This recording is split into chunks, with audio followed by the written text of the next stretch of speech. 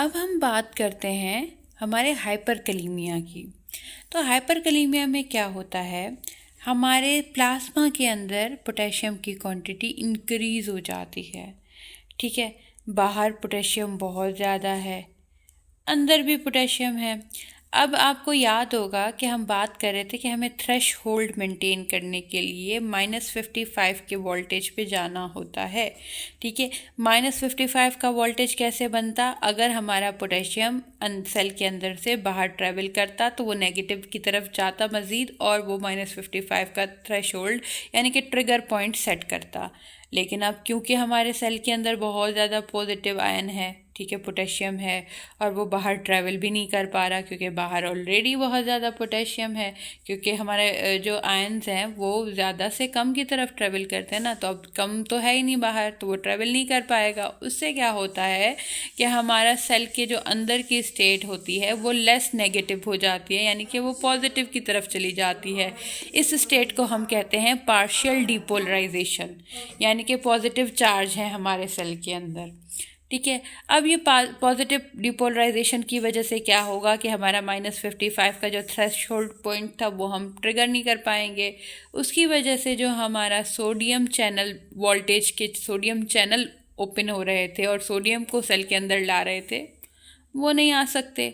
जब वो नहीं आएंगे तो क्या होगा, हमारी जो एक्चुअल डिपोलराइजेशन की स्टेट है वो प्रोलॉन्ग हो जाएगी जब तक सेल वापस अपना बैलेंस मेंटेन आउट नहीं करता। ठीक है, तो इसकी वजह से हमारे पास क्या होता है, मसल्स के अंदर ट्विचिंग होती है क्योंकि हमारी पार्शियल डिपोलराइजेशन हो रही है।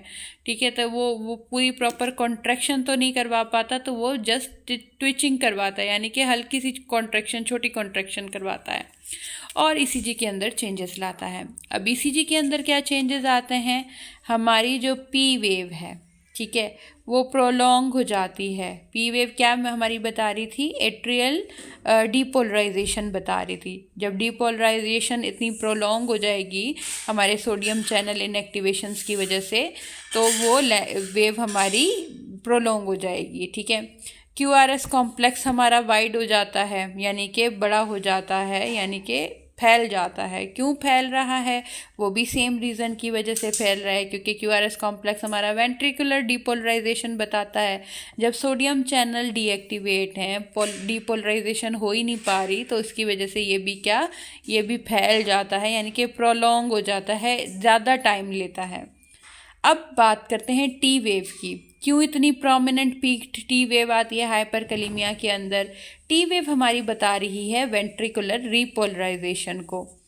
तो जब रीपोलराइजेशन होती है तब जो है हमारे पास हाइपरकलीमिया का क्या असर पड़ता है, जब पोटेशियम बाहर ज़्यादा होता है अंदर सेल के अंदर जो है ना, इसमें बाहर की क्वांटिटी ये होगी कि 7 हो जाएगा, सेल के अंदर 140 पोटेशियम्स होंगे। ठीक है, बाहर इतने पोटेशियम होंगे। नॉर्मली जो बाहर पोटेशियम होते हैं वो 4 होते हैं।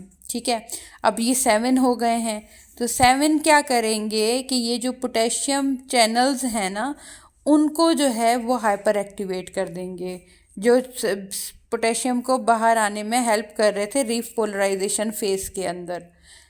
जब पोटेशियम ज़्यादा जल्दी बाहर आएगा तो हमारी क्या होगी, रीपोलराइजेशन फास्ट होगी, यानी कि ईजियर होगी और फास्ट होगी। तो इसकी वजह से हमारी टी वेव क्या होगी, प्रोलॉन्ग्ड हो जाएगी।